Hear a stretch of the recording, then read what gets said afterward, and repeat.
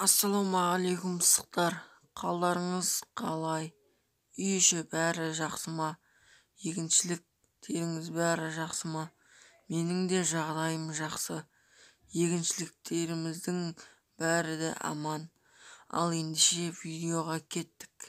Бүгін мен сіздерменен қияларымды, қызанақтарымды жайлы өте көп фишкалар айтамын. Сіздерден кешірім сұраймын.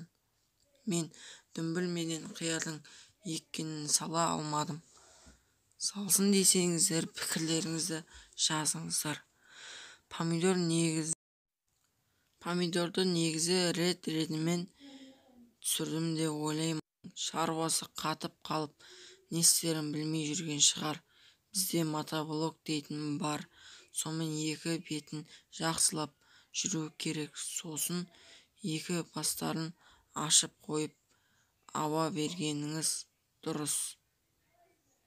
Видео ұнаса каналға тіркеліңіздер.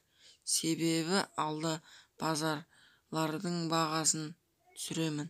Алдағы уақытта Жібек базар, тағы басқа Таразың базарларын Алматыға да баруым мүмкін. Келесі видеомда достар, дүмбілдерімді түсіремін. Каналға тіркеліп қойыңыздар. Алдағы уақытта дүмбілімді де және барған базарларымды түсіремін. Ал мінекей, бұл біздің қиярдың суарылатын режимі. Біз турбалық қойып, жан-жағынан ауа кіргізбейтін құжақ қоямыз. Ал видео ұнаса сау болыңыздар.